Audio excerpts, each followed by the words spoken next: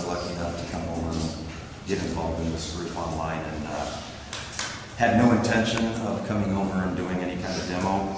Reintroduce yourself, I forgot to record.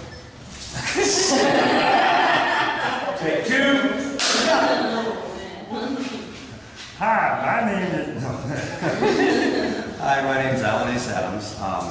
Aces on wet canvas. Was lucky enough to, a year ago, get together with this group, and my life's never been the same in several ways. Most of them good. I had no intention of coming here and doing a demo at all, so I had absolutely nothing prepared. But then when I got here, there was a ransom note, and they said they had my family, and I had no choice. I had to come up with something. So everybody was interested in scales, and on our forum recently, there's been people saying that they have no idea how to do them, and actually they are one of the easiest things to do in everything that I've done. They are really easy. The hardest part is whenever you look at your reference picture, which I don't have with me, is actually getting the scales in the right place whenever you go to transfer it onto the board. I do a graphite rub, which basically, the old school flip your drawing over and cover it with pencil graphite, flip it back over and trace it. And when I do that, I end up tracing basically the outline of the scale, but if there's dark areas, I would just trace around where I'm going to scratch. That way I know I don't want to go into where the dark areas are. So I work in a real unorthodox, strange way, which I guess is fitting for me. And it's going to be kind of hard to show. One of my favorite things whenever I'm doing this, and when I did the shark, I picked this up at Harbor Freight. It's basically an 8 LED lighted magnifying glass. It's got 2 settings. You can set it on 4. You can set it on 8. It comes in handy because where I scratch at is usually in the living room in my chair. I don't want to have bright lights disturbing everybody else. The TV's on, the kids are running around.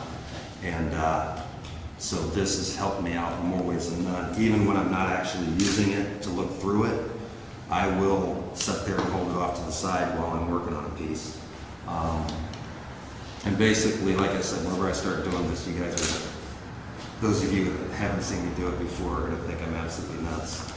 But I've already got it drawn on here. I just freehanded a section on the piece that I brought with me. And I'm going to use the carbide tungsten scriber. It's what I used on that piece, the piece that I did, plus a sewing needle. And I really like the sewing needle and this, but using it for this kind of, these types of pieces are perfect because the line's consistent. I'm trying to get to where I'm as good as some of the immortals here, and those that weren't able to make it, like them, Diana, Laura, I can go on and on and on, but I'm not good enough to use a scalpel yet. So I'll just jump right in, and if you guys have any questions, feel free to ask. What I do is when I start scratching, most people, when they use this, I've noticed that they just basically put it out like a normal pen. I've found that if I do that, my hand actually leans into the board more, it's a more sharp of an angle, and I have a tendency to actually dig into the clay, whereas what I'm trying to do is actually just take off the ink and not disturb the clay underneath. Mark, when I seen his works last year, my first ones were Grand Canyons. I was scratching away, but I like the effect that it had, so I'm trying to do it. But anyway, when I start scratching, I have it extended out further. I put it out quite a ways, and I'm nervous, so I'm shaking like crazy, so this is going to look absolutely horrible. When I start scratching, there have been times that looking through this with the lights, it will really make the whites pop, like you see this mess here.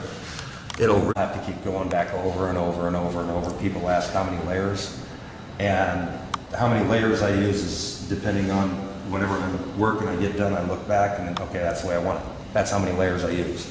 I can't say. It may be, this scale may have 14 layers, The other scale next to it may have 6. So I'm gonna figure out what I'm doing here.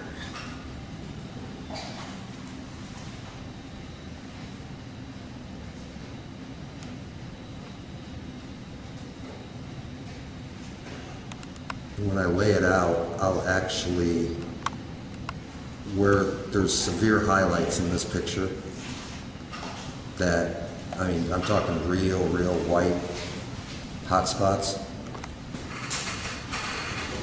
Whenever I lay it out, I don't know if you can pick it up on the camera, but they're little circles that I actually put on there where the highlights are, the real bright spots. So I know I can go right up to that, and then I can really get aggressive in that area. This is actually still not the right height. Like I said, it looks like I'm trying to cover up my test scores, but after a while, this is actually quite comfortable. I look like a moron, but... It's like he's reading microfiche or something, huh? And usually, when I'm doing it home in my chair, I'm not straightforward on it like this. I'm literally, if I can scoot over a little bit, I'm literally like this. And it's just draped. My arm actually drapes over the arm of the chair, and I've got one light there that, anyway. So this is actually a little bit uncomfortable, but I guess it's my way of suffering for my art. Huh?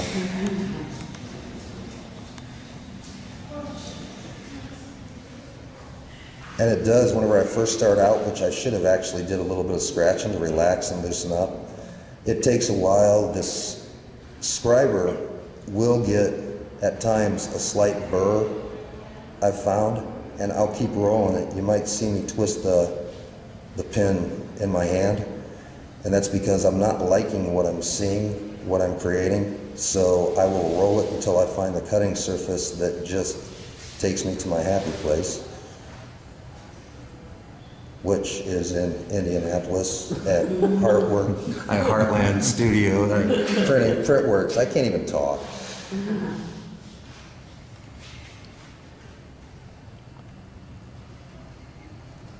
And I mean, I don't like public speaking at all. I'm okay in small crowds. And knowing that people are going to be looking at this from all over Australia, everywhere, it's like, hey, no pressure. No pressure at all. And knowing that we have some of the masters here, no pressure at all. Just pressure is alleviated by looking at the artwork. And when I get nervous, I have a tendency to rattle. Yeah. Just keep going on and on. So in an hour, Alan will complete one scale for See, us. the one absolutely amazing thing about doing Scratchboard for me is I'm an instant gratification when it comes to certain things such as this. I used to be with my artwork. If I spent an hour and a half on a piece of work, it's like, oh my goodness, that's a lot of time. When I did this and the shark,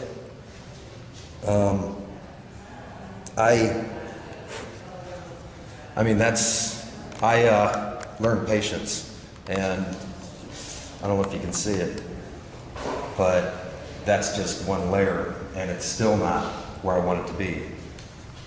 And it's got some uneven parts in it. Am I shaking too bad? No, it's my camera. It's refusing to focus. And that dark circle in the middle, if you can even see it, that dark circle in the middle, I'm going to go back in and I'm going to just totally whiten that out, because it's on the reference. It's a major hot spot. But then I go back in. Another hard part about doing this is actually finding out what I'm doing and staying lined up.